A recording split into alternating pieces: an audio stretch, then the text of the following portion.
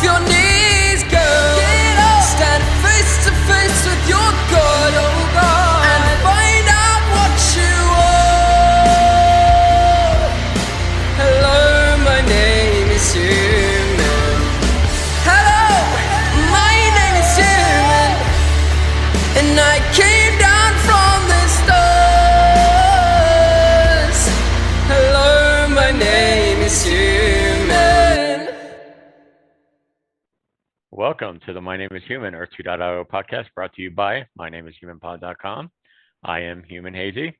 I am Human Kangi. And I am Human Snoke. So we kind of missed last week, but we didn't miss last week. So we owe Snoke that gratitude. We actually recorded a podcast last week, and when we finished, Snoke was like, "Oh, dudes, Technical difficulties. Yes, it's just me talking to myself." So I've seen some suggestions from our listeners that we should, one, make an NFT of that episode. Two, make voiceovers. I'm thinking Kangi can be Jack Nicholson. Oh God. And I could be Homer Simpson, and we can just do a whole podcast using that episode with funny cartoon voices. We've got to save that for a particularly slow time. Yes. Yeah. We've Anyway, got that for a really slow month. I still have that video. Yeah, definitely don't throw that away. Anyway, we do have stuff to talk about. Sorry we missed it last week, but we're going to get into all the announcement that Earth 2 had last week, and a few things that updated this week that we can add on to what we had originally talked about last week. So we'll get started with the announcement itself. So basically, it was on the news page, which I was a huge fan of. It was big progress for me seeing it in one central location instead of on Discord, on Facebook, on Twitter. It was one place. So I was happy to see that. So we got some further information on what Mentars are, what E-ther is, what Essence is. Not necessarily the in-depth scientific analysis we want, but some lore and some background stuff. So let's start with Mentars. Basically, Mentars, everyone has them now. So last time we talked, had to wait 14 days, right? That was the right. total time from when it was initially rolled out. So right, had to visit your profile 7 times in 14 days. But now, as long as you have done that, which most people that are active in the community have done, you have Mentars on all your properties, which therefore means you are getting E-ther, and you're, as a correlation to that, you're getting Essence. You also can now slot your jewels on the properties that have Mentars. So there's a lot of interconnecting pieces. So Kangi, kind of tell us your thoughts on the announcement, the rollout of Mentars, and everything that you've seen.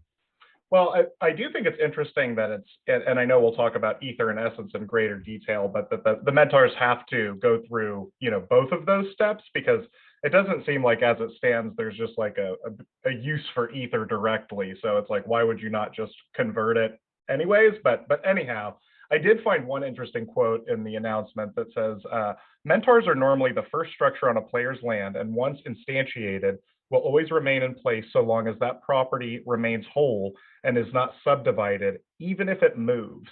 So Kangi, you and I have English degrees, journalism degrees. Have you ever used the word instantiated in a sentence?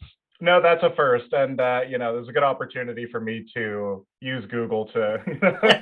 I'm glad I got hit with one that I didn't know. But I admit I had to look it up too. Yeah, but I assumed it just meant installed or something similar. So, someone was bored and had to break up the thesaurus that day. That is funny. but I did want to I wanted to call out specifically and is not subdivided even if it moves.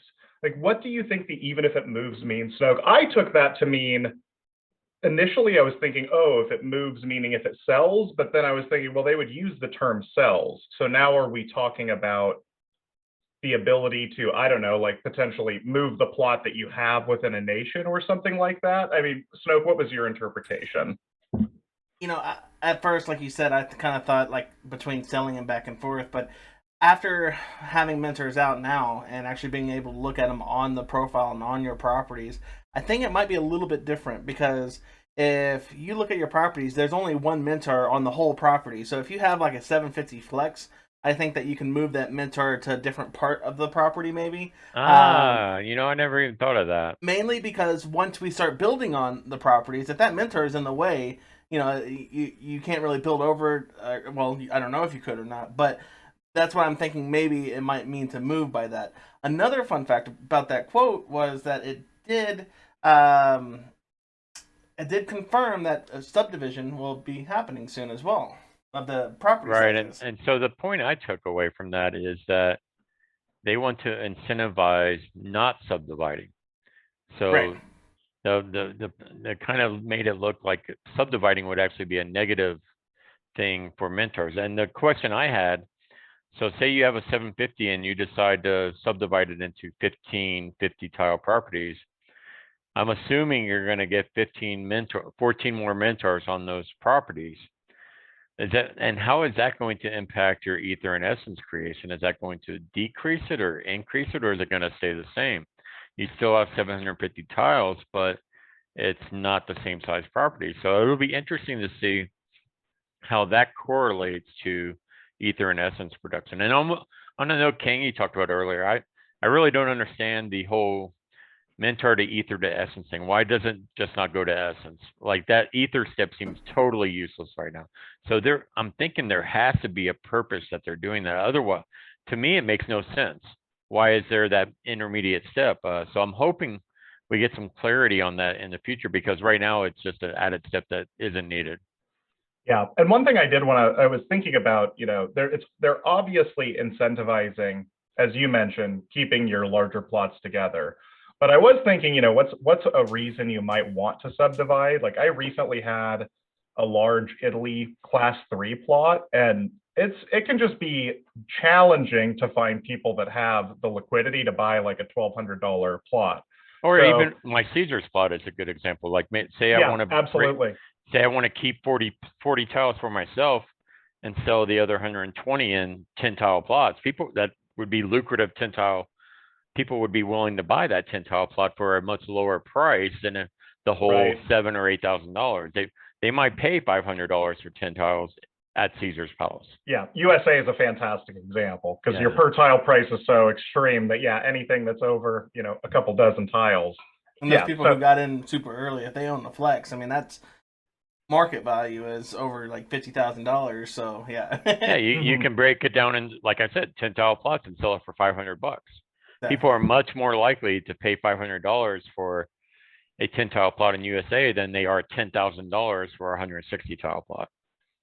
Yeah, and actually going back to how you were talking about E-ther and Essence, the quote on the announcement that was recently said, it said E-ther cannot really be captured or stored, but can be detected by a Mentor if consumed quickly enough by that Mentor, and if consumed quickly enough by that Mentor, can convert the very storable and collectible form of Essence. Not all E-ther is identical, which is evident in the varying E-ther to Essence yields that typically don't convert the same amounts. We know that when captured early enough, E-ther always yields some Essence, but never more Essence than E-ther. Now, the varying E-ther to Essence yields, it says that the E-ther is not identical. What are your thoughts on that, Hazy? So it's been kind of weird since we've gotten all the Mentors. When we recorded this last week, we didn't have that information. So I'm honestly not getting that much more than the 8 I had on the 750s and the big properties. I was getting about 100 E-ther a day and about 60 Essence a day. Now I'm getting about 200 E-ther a day and about 110 Essence a day. So it really, I mean, to me, the size of the property has definitely made a huge impact on how much you're getting. As far as the yield, so for me, the yield is really dependent on property size. The Alta count I have, it's been getting 1 to 2 Essence a day. And that's with a whole bunch of one tile properties that I bought to try to increase jewel production. So that there is really an indicator to me that it's not the number of, unlike jewels where it was the number of properties, it's the opposite for E-ther. It's the size of the properties. So I think the yield is really dependent on how many tiles you have total. Right. Kangi, would you agree with that? Yeah, I mean, I didn't buy any early like the both of you did. So my sample size on my ether production is pretty small right now. I've only had it for a few days. So and then how much essence I get from it, it's like some days it seems like it's 65%, some days it seems like it's 45%. But one thing I will say is that similar to producing the Mentars in the first place and logging in daily, this is another good way to go in and collect your resources, collect ether on a daily basis to encourage that sort of daily login and daily engagement, because one of the big things we want to avoid are inactive users that own lots of land. Yeah, so it's a good way. And the rumor, I'm not sure it's a rumor. I think it's actually a pinned post in the Discord, is if you don't transfer your ether into essence in the 48-hour time period, you lose it. So that's kind of making sure you do that second click. Right. And since we've been talking about ether, I'll just transition into the announcement about essence, which is unlike ether, essence can be collected and stored. Essence is believed to be some kind of precursor of matter, since by using it, a player will be able to produce resources more or less out of thin air, yet only from those resources which exist on the player's properties. Essence allows a user to reproduce these resources without exploiting them, and is the crucial basis for player property resource production. And then it also states that it's likely to, in the future, be able to be bought and sold, which I thought was interesting because, that's a complete 180 from what they said previously. Exactly. Yeah, absolutely. Yeah. I mean, they'd said many times that essence would not be able to be traded between players. That you could buy it directly from Earth 2, or it could be generated by your properties, but they have always said you'll not be able to get it from other players. So that right there is a complete 180. Yeah, I thought that was really interesting, and it kind of continues to. Well, I'm a fan of anytime we can add stuff to the EcoSim. I'm a fan of it, so I'm happy to see that. Absolutely, but I did want to ask Snoke what was your interpretation specifically. I want to ask you about the out of thin air. And the idea of reproducing resources without exploiting them. Like, this is some interesting terminology, and I wanted to know what you thought it kind of meant. Yeah, it could potentially be a narrative, like for resources continuing to regenerate. It could also potentially become a wild card resource in a sense. Originally, I thought that essence could possibly be almost what they call in-game currency as well, where you would, and this would go further into phase 3 and whatnot, but essence would be your in-game currency to buy and sell and trade resources rather than using e-dollars for that as well. But I mean, that's kind of my thought about it. But Hazy, what are your thoughts? So, I mean, we've all known that essence is the basis of everything.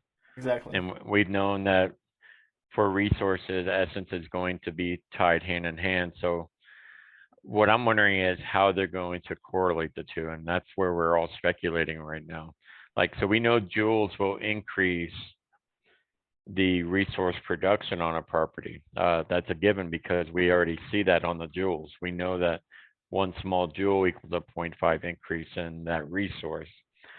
So is essence going to be required on a property to get resources on that property?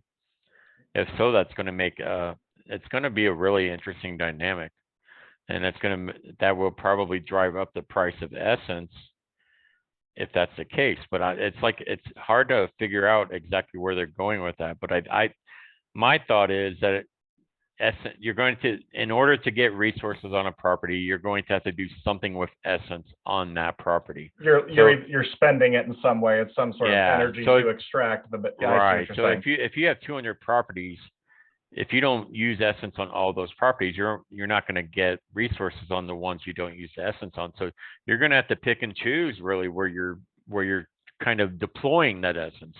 So I don't think we're going to have enough essence to basically be able to mine all our properties. So my strategy, if that's the case, is I'm going to pick my specific mine properties first and kind of test it, kind of see how it works with something that I know is a gold mine. something that I know is a coal mine. So I'm going to test those to see how it works, and then maybe deploy on more random properties. So Kangi, is that kind of how you're thinking about it? Yeah, I mean, I guess I to be honest, I hadn't considered it that far out, but thinking specifically about what you said, that we're not going to be generating essence fast enough to fully extract the resources from all of our properties, which I think is a really interesting point, and it's going to play big time into the EcoSim, because there's going to be people that want to maximize, right? Just like you saw with Mentars, there's going to be some users that want to, buy everything. That bought them 2 weeks ahead of time when there was no reason to. Yeah, I mean, I try to get the head start. I can understand, but you're going to see the same thing here, and so it's going to be fascinating, especially if we're able to get resources without necessarily being able to build them. Kind of like what you see with Joules right now, right? Yeah, like the market is. And depending on the price of essence, if someone's willing to overpay for it, I might just be like, well, I guess I don't need resources here. Take my essence for $10 per essence. People are that dedicated to making sure that every one of their properties is fully, 100% productive. Then maybe I'll sell some too. I mean, it depends. Like it's very speculative. But. And one thing we talked about last week that I want to make sure we mention again this week is we're going to get actually kind of a valuation of what Earth 2 thinks essence is worth with the Holobuilding cost. So right now we know that a 10 by 10 by 10 is about $10. So, and we know there's going to be an essence function. So when Earth 2 places that, okay, you can buy this 10 by 10 by 10 for 100 essence, we know that they're valuing essence at 10 cents per essence. So we'll get that valuation. So that's going to be interesting to see the valuation that Earth 2 applies to it and the valuation that the players are applying to it. So will they kind of work together, or are they going to be working in an opposing dichotomy? Yeah, it's hard. I mean, imagining them having like a set rate is difficult, because then you're going to have so much flooding the market around whatever price Earth 2 would be charging. But it's probably going to be some kind of algorithm like they're using with Joules and with the properties. There's probably going to be something that drives it either to go up or down. Or they could just, they could pivot and say, well, you all can sell essence to each other and we'll just take a cut, just like with the Joules. Well, that's easy. I'm sure they're going. I am 1,000% positive they are going to take a cut.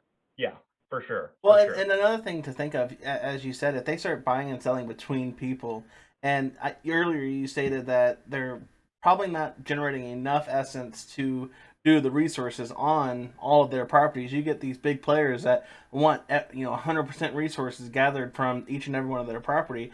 If they collect all their essence and they need more, they will go out and buy more. And there's whales. and that's a way that, I mean, the price of essence could potentially be a lot higher than Joules, because I think it's going to be way higher than Joules. Just because it's not that. Even though we get it daily, it's not that, I think of the word, but abundance as Joules are. Yeah, that's fair. We've been collecting Joules for a lot longer. Yeah, and while I have 1,000 essence, if you think about it as how much really is 1,000 essence, it's just one lump. It's not like 1,000 Joules. I don't have 1,000 individual pieces. I have a you're not going through pages and pages. Right. I have a lump of essence. Correct. And so if you have 1,000 essence, that means let's say you have 10 properties or 100 properties, and you put a 10 by 10 by 10 Holobuilding, that's going to wipe away all that essence alone. And so I know you have more than 100 proproperties, so. Yeah, I have about 200. So go ahead, Kangi. Go ahead, Kangi. Well, the one thing I was thinking of too with just I'm still thinking about the Joule ability with Joules, and I know you're probably going to get to this too in a second, AZ, but the ability to eventually merge them and create larger Joules could really make the price of Joules skyrocket, depending on how much you need to maximize, because it'll be the same thing. There's going to be people that want to have whatever the highest tier Joule is in each color on their properties, and so if it takes 40 or 100 or 500 smalls to get there, then who knows? So let's get into Joules, because 3 weeks ago I had the theory that Joules prices was going to go up as a result of the Mentars E-ther essence because you're going to need more joules to slot. But last week when we talked, I actually kind of countered that and said, I don't think that's going to be the case. I think they're going to go down because everyone is going to have that same mindset as me, and they're going to flood the market thinking there's a demand and by flooding the market, all it's going to do is drive that price down. And so I argued last week on our unrecorded podcast that right now is actually not a good time to sell. It's a good time to hold joules because when we get into that crafting mode, that's the time where you're really going to need those joules. And my theory was proven right because the joules prices have plummeted. Yeah, So, I checked earlier today. It was at 19 cents for the lowest ones. yeah, and the yellows are under 40 cents now. Oh wow. That is a huge drop. Yeah, so I mean, so that theory proved true. So I think if you're a buyer of joules, now is a really good time to buy, especially the rare ones like the blacks and the yellows that people tend to overvalue, not overvalue, but pay more for. So now's a good time to buy because there will be a time and point where you're going to need more joules. Yeah, for sure. Right now, we just need them for slotting, and it's a pretty minimal. It took about maybe 300 joules total to do my 200 properties, so it wasn't a substantial amount. But I do want to read into what we did learn about joules. So we know joules can improve E-ther detection rate, especially on larger properties, and also increase resource production rate. We already knew that. But what was really interesting was this part. Meanwhile, the UPG, Unidentifiable Player Group, are working on the technology to craft a sort of higher tier joules from the lower tier joules, which they are hoping will result in the ability of a more powerful joule that surpasses anything that presently seems possible inside Earth 2. So two things here. Aliens are taking over Earth 2. And what we just talked about, there's going to be a use for these joules that we don't currently have that people are going to be clamoring for in the future. So Kangi, what do you think this unidentifiable player group is? I mean, it seems like another narrative element, like kind of like the same thing. Kind of a lore type thing? Yeah, I mean, like Snoke was saying earlier about, the way that some of the phrasing around, what was it? It was, I'm looking for it right now. The E-ther production or where some of the Mentars. phrasing. Oh yes, with like how they actually work for bringing in resources. Like some of the phrasing seems like it's got some storyline to it. So that, I mean, because otherwise, I mean, UPG in theory it could be something like, people that are doing QA, but I doubt that that's the case. No, it's definitely a lore. That's what I know. Snoke, you tell us your story. What you first saw with UPG? Yeah, that was my first thought when I first read this. Like, I read the whole announcement, just going through it. I was like, UPG. Oh, okay. So they do have a group of people, testing these features out or something. I don't know, if it's on the staging set or if they have another like special permission or whatever. And after reading the whole thing, it kind of made sense. Like, it could have been more of a narrative, like storytelling type deal. So after reading it all the way through, I kind of thought of that. But yeah. Yeah, it's not people going into the Discord now to accuse each other of being part of the UPG. Everybody exactly. You have the impression that I've actually started a UPG. Right. Might as well, right? Actually, I'm going to change the name of that group now to the UPG. That's a good name for the group. There we go, and then that way that anybody that joins will be a part of the UPG. So, and then the reason I kind of think more about the lore part is what the part that Snoke's going to introduce next. So kind of get into Holobuildings and read that part that talks more about the UPG. Yeah, so the UPG soon discovered the energy required to place and display a single Holobuilding inside Earth 2 could also be used for the benefit of the player, both now and well in the future, giving more purpose and utility to Holobuildings than originally thought. Holobuildings also serve to create a head start for players on Earth 2 EcoSim. By way of upgrades, a player can utilize the space inside their deployed Holobuildings for resource storage retrospectively. Meaning, at the point of Holobuildings deployment, an upgrade that date is timestamped in the Earth 2 timeline and will be referenced for resources generations and storage when it becomes available. Kenny, what are your thoughts on that? Well, I mean, it's obvious that it's another attempt to reward sort of early adopters, because it's saying, that you'll be rewarded retroactively for using Holobuildings, as soon as possible. So it's a bit interesting to think about, the fact that these could be accumulating rewards, but we don't even know what they are yet. But then again, that's kind of in line, we know there's going to be more resources, and we also only still have like 7 or 8 resources. So I guess it's not crazy that, we would have that lack of clarity at this point. My biggest hope with this is they don't roll that part out until you can buy Holobuildings with Essence, because otherwise it starts to become a pay to win thing. Because if you can't buy with Essence, there are going to be people that spend money to put those Holobuildings on to get that head start, kind of like they did with Mentars. And to me, that would be much more a cash grab than what they did with Mentars. I was going to ask you that. I know it's kind of off subject, but do you think that was a cash grab, especially since they haven't released anything else that you can do with Mentars? So we've debated this internally in a few different groups. I do think it was a cash grab, because there's no other purpose. And if it wasn't, then it was very poorly communicated that there was a reward for having that 14-day head start with Essence. To me, all it is you got some extra Essence. That was the benefit. Right. And knowing that, I don't think a 14-day head start in Essence is that beneficial. I mean, I bought 8, so I spent $40, and to me, it was a waste of money. So I spent 20 myself, and I agree. So to me, it was a cash grab. And but I don't think it was that egregious. It was, unless you were Joom and spent $1,000. I mean, I would have never done that. But I mean, to me, I did it just to experiment to kind of see what it was doing. So I didn't mind putting a few dollars in. But to me, there was, what other purpose was it? I mean, there was they didn't communicate any benefit to it. So it was, hey, you get a head start. So to me, you want to get a little extra Essence, you're going to pay $5 for it. So not too egregious, but to me, if they do the Holobuildings without being buy Essence with that language they just did about the head start for resources, that's going to really push people to buy those Holobuildings for $E. So I really hope they don't do that until Essence is a purchase option. Kangi, agree, disagree?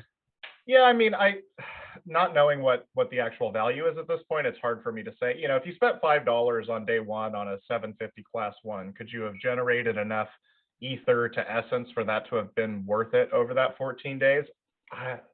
Maybe, it's not. Yeah, because we don't know the value of Essence. Right. I mean, theoretically, it could have been generating 50 cents worth per day, and you actually made a profit. But yeah. It's so. I mean, as with many things, we say it a lot, but it is so speculative. That part, beyond even many other things we've described that way, it's very hard to guess whether that was, a mistake. So I don't want to call it a cash grab, but it does seem, especially if you put it on smaller properties, wasn't. It gave the appearance of a cash grab. I'll put it that way. That's fair. That's good. That's fair. and Hazy, there was a bit more on Holobuildings too that we'll get into that, Rook. So the announcement went a little bit further in the Holobuildings. It said they could also be used to expedite research and construction times required inside the EcoSim, and contribute toward a volumetric cost for phase 3 buildings and structures. It is even possible that Holobuildings could continue to exist inside a triggerable alternate reality filter, like I said, aliens, that sits inside the futuristic world of phase 3. Kangi, explain this to me. Because I am lost. I mean, my immediate response is, okay, it sounds like there's an Earth 2 within Earth 2, right? Like there's basically an Earth 3, because there's an alternate reality within Earth 2, which is a lot for me. It's a Ready Player One world. But I mean, I will say this. A lot of the language used in the announcement in general is not very definitive. And again, that could be more of a storyline thing where it's like wink, wink, nudge, nudge. It's another fucking riddle. Because it's like Holobuildings could do this. It is possible that this would happen. So I understand it sort of gives them the ability to maintain some flexibility if they decide to change things up down the road, but it is sort of it's just hard for me to like really commit to it when it's like it could do this, and I'm like, all right, let me know if it does. But again, it's pushing the urgency of having Holobuildings on your property. It is, and also, you know, and one thing that I think is big, and it's another part of the EcoSim, is Holobuilding blueprints will be sellable. So, you know, it's right there. That's yet another way that users can make money. So I'm buying. I'm going to put 10 by 10 by 10 squares on the properties I want to collect resources. But for something like Caesars, where I actually want to put something elaborate up, I'm going to contract it out. There's no way. Yeah. There's no way I could actually do something that I would think is visibly appealing. So I'm going to pay someone to do it for me. So that's going to be a service that people can provide, something Walker and Earth 2 reviews can use. So Snoke, what do you think about all this Holobuilding talk? You know, the part where it says triggerable alternate reality filter. I know I talked about it a little bit last time, but I had a little bit more thought on it. Where, let's say you're in Vegas at Caesar's Palace, and this could lead into where they bring out the mobile app and augmented reality (AR). And let's say you're, you know, somewhere, and then you could click on it and see the Holobuilding on the phone itself. It's all speculation, so it all depends on what you think it could be. But it could be something that they could potentially use in the future. But yeah. So one thing.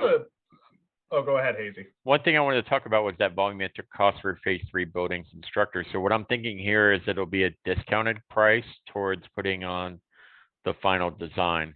So the Holobuilding will like be the shell, and you'll have like a skin you can put on the Holobuilding or something like that. It's kind of how I'm envisioning phase 3 playing out. So when they talk about contributing towards a volumetric cost, if you have a Holobuilding in place, that's going to reduce the cost to put the skin down. It's kind of how I'm reading it. Again, speculating, but I do think I don't think the Holobuildings are going to be the final design that we see in phase 3. I agree. Yeah, and then I mean, I think might as well transition into this next fun topic, Aaron. Oh my God, sorry, Hazy. That was bad. It's okay. Everyone knows my name. Everyone knows my name. I know. But all right, fire air. So right, just leave it at that. All right. Okay. We're done. No, I wrote an article yesterday going through some of the mishaps that Air, the web development team behind Earth 2, has had over the course of the last 6 months, and I outlined a lot of things. I saw Nameless and Tech Ops talk about this on the Guidebook Gaming stream, and they kind of confused a little bit of the second part where they thought I was talking about bugs when I was really talking about the ease of use for the user. The first part was about bugs. The second part was the ease of use for the users, which isn't really there. So we have two issues with what Air is doing. We have the bugs that happen every single rollout, and that's kind of, to me, a lack of quality testing that they're doing. And Shane argued with me that I actually asked him about some of this, and he said it's easier for them to fix the bugs post-production than it is to try to do it between testing environment. And I get that, but I still think they could do a better job testing. You know, maybe have an internal testing group of users that could spend one day just going through and finding. I guarantee you give us 10 users that have a lot of experience doing this kind of stuff, have them attack their rollout for a day, we're going to find enough bugs that they can put out a better product. So that's one of my arguments, is just have some better testing. Well, yeah, I mean, I think that you could, because I think the reason it's faster to just fix it later is because you have so many people, us, the users, using it live and finding things through peculiar methods. But I think it might be better to have people volunteering to be the guinea pig in that testing scenario rather than roll out those the reason it's bad to roll it out and have the whole Earth 2 community be your bug testers is it's a bad look. It looks bad when a user comes to the website and they go to play Earth 2 or visit Web 2 and they see bug after bug. Especially if it's their first time. Yeah, if it's their first time, they're going to be like, well, this site sucks. I'm not ever coming back. So it's a bad look. And then you have the ease of use things. I mean, that's one of the things we talked about with the Mentars. Well, they fixed the initial thing where you could only have 20 properties at a time. So you had to frickin' rename all your properties and search on them, and now you just have a long list of 1,000 properties. And so there's no real ease to know if you have a property slotted with jewels. And so one of the things I said is you could just put a marker on the property page saying, indicating that it's slotted with jewels. So when you go through your profile page, you can see the little indicator on each property saying this one's slotted. If the indicator's not there, it's not slotted. Something that simple. It's just an easy use, quality of life thing. And they fail to do that in so many instances. So that's what I'm saying Air fails at. Yes, they release buggy rollouts, but they also release a website that just isn't user-friendly. Snoke, you've been playing games for a long time, visit a lot of websites. You agree with that? Oh, yeah, definitely. I mean, I read your article, and I mean, simple things is just like a straight line in between two separate buttons. It's simple things like that, if a new player comes on and they see stuff like that, is like, oh, well, I'm trying to think of the name of what that person is called, but basically they like to be everything exact. And OCD? Yes, OCD, thank you. and if you have an OCD person come on, they notice everything right away, and it's just like, I can give them like a person like, woo. If the website looks rickety, then it's just going to shake your, Exactly. your confidence and your enthusiasm in the platform itself, Yep. And I know that, and I don't want to step on your toes here, Snoke, but some of these, there have been some like third-party solutions for some of the lack of, what Hazy's describing as ease of access. So like the .xyz site that people have used, to find good deals, to filter out by say, oh, I'm looking for 750 tile plots. You can't do that search in Earth 2. And then, there's also been a script for slotting jewels. So you can speak to this probably better than I can, Snoke. So I'll ask you, like, how do people feel about this? Do they feel that this is like an unfair advantage? Because my stance is it's not, just because it should be part of the website. But that's my stance too. That's my stance too. Yeah, my stance is if it's something that doesn't, and Snoke will get into this argument here because I know Nameless has a completely opposite take on this, and I totally disagree with Nameless. I'm on Predict's side here. It shouldn't be up to a user that has 2,000 properties to spend 6 hours trying to manually slot jewels. That's not a fun grind. It's not user friendly. So for me, using the script for that specific instance is fine. I'm not for scripts for buying land or for auto buy stuff, but for something that is impacting the user friendliness of the website, I'm all for scripts. So Snow, go ahead and tell the opposite argument. Well, I think because the way I see it is, it's a script, and this specific instance, I don't see it where it is helping the player to get a better advantage over other people. That's the type of script I don't want to see. Like you said, buying properties when it hits the market for, let's say on accident for 25 cents or something like that automatically. I don't want to see scripts like that. Yeah, absolutely, and I agree with that. And I think that, what people are saying is that this could be an example of cheating, where it is you're going around the system. The argument I've seen is that they're trying to make it harder for people that have a lot of property, so it's not pay to win. So it's like deliberately a pain in the ass. Deliberately a pain in the ass because people spend a lot of money, which is a stupid argument for me. That seems insane, because then, are you going to actually incentivize people to disinvest from the platform? Seems crazy to me. But yeah, I mean that was a bad argument I saw, but I mean I get that people, and there's no clarity in the terms of service about what's allowed and what's not allowed. And Shane's mentioned in the past in the dev chats on Discord, which we'll get into here in a second, that it's okay as long as it's not doing something malicious. And I don't think this is malicious. Yeah, I would agree with that. My ultimate argument here is that I hope that on a long enough timeline that things like this are simply on the website, and not because I don't want the users that have put these awesome tools together to benefit. I mean, they shouldn't have to. Yeah, that's the thing, is I think that these folks could use their skills like to do other things. On the website. Yeah, exactly. And That's one of the things. So we submitted a kind of a Mentor bug report to Shane the other day, and one of the things we talked about was an auto slotting button.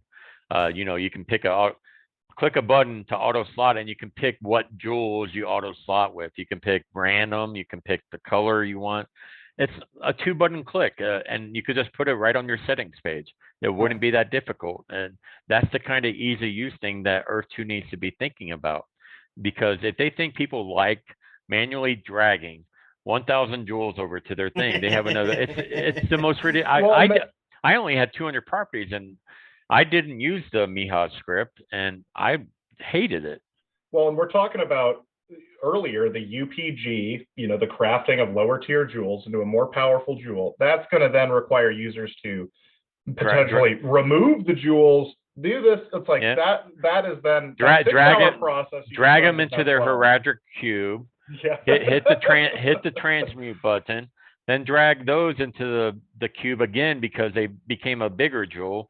Can you imagine if you have to go from small to medium to large to exquisite, and you have a 4-step process? All the drag. Oh my goodness. It's one thing if you're putting it into the heraldic cube in the first place, but again, to have to manually remove and then manually re-add all those is just asinine. Yeah, so I've been playing Diablo 2 Resurrected, and I've been having to use the heraldic cube again. I'm like, oh my god, I hate this. By the way, Hazy, I bought that earlier today, so I'll be downloading the beta. And yeah, we'll have to play that. Have to play that. Sure, the beta's done for now, but we'll have to play that when they get into the public beta. Oh, right. All right, so one last topic we want to talk about before we wrap things up today: the gag order from Vicarious public PR. So it's not so big a secret anymore, but Vicarious has basically told the development team to not chat in Discord, Facebook, Twitter, unless they go through them first for their communications, with a few exceptions. So, for example, there was a pretty major bug that happened yesterday that caused some issues with some prices in 3 countries. Nathaniel went on and dealt with that. So that's kind of the exception. When you have a major issue like that, it's okay for the dev team to go in there. But like to just go in there and have a chat with the users like they used to, nope, can't do it anymore. You have to ask mommy to get to the bathroom. So I'm not a fan. I'm not a fan of this. Obviously, my whole deal with when we were talking public relations was not less interaction with the user base. It was more interaction.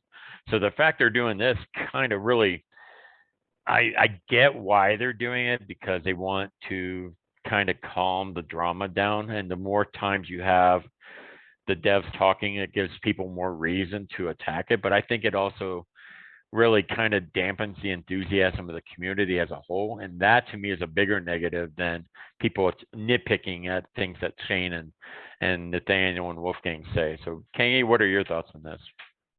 I do think one benefit is that we will not have as many, or have not had as many, of the sort of meandering Shun timelines, right? Like true.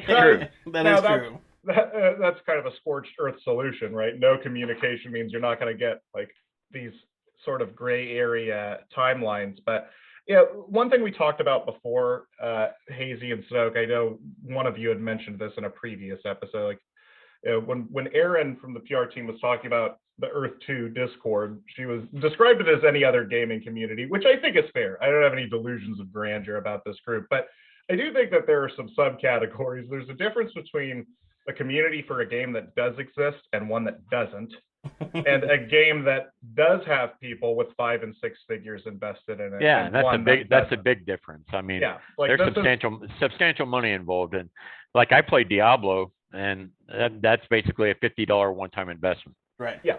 And that's pure entertainment, right? It's a trip to the movies.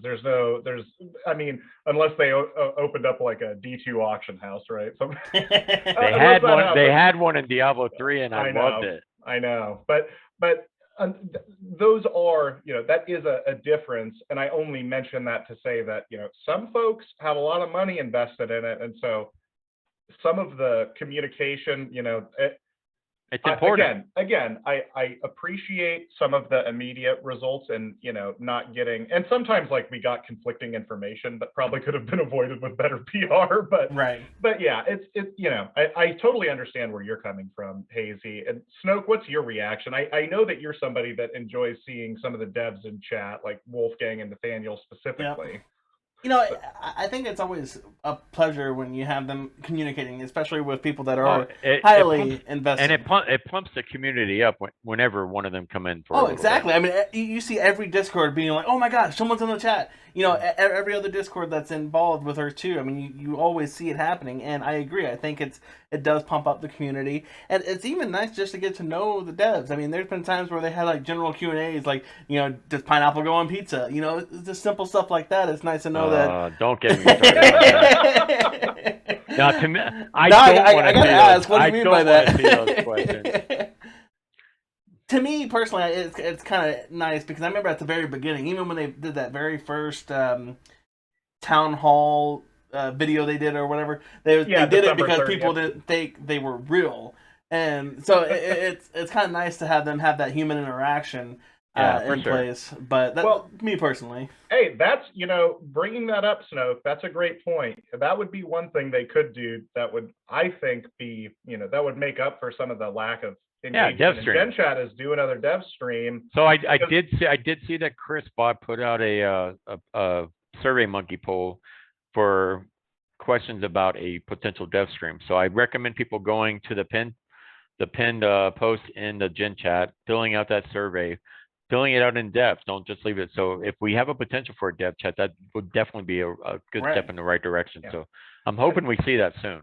Yeah, absolutely. But I'm not counting on it. And by the way, there's something that I failed to put on the agenda that I wanted to mention here, which is the E2 Summit.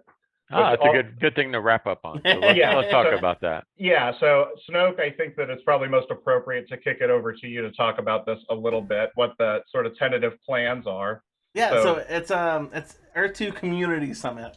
So just want to be it's community driven. Yes, sorry. It's not official. That is all right. And basically, it was an idea that was kind of kicked off a long time ago, and it was just about like, oh yeah, it'd be cool to have meet up and stuff. I'm like, well, it'd be cool to actually like have like some kind of actual function that multiple people can come to and enjoy and learn new things, strategize with each other, maybe have guest speakers come up, have different tech companies, not games, but like VR tech companies or AR tech companies showcase what they have. I just gotta say, there better be a My Name is Human Pod guest speakers segment. We'll talk. But I'm serious though. It's something that we can all have. I plan on having like a VIP section. I plan on having like, I mean, the possibilities are endless. But we did kind of set a time and date. It will be in July of 2022, and it will be in Las Vegas, USA. Hey, so, Snoke, where's it gonna be at? We haven't narrowed it down 100%, but it is between the Flamingo or Caesars.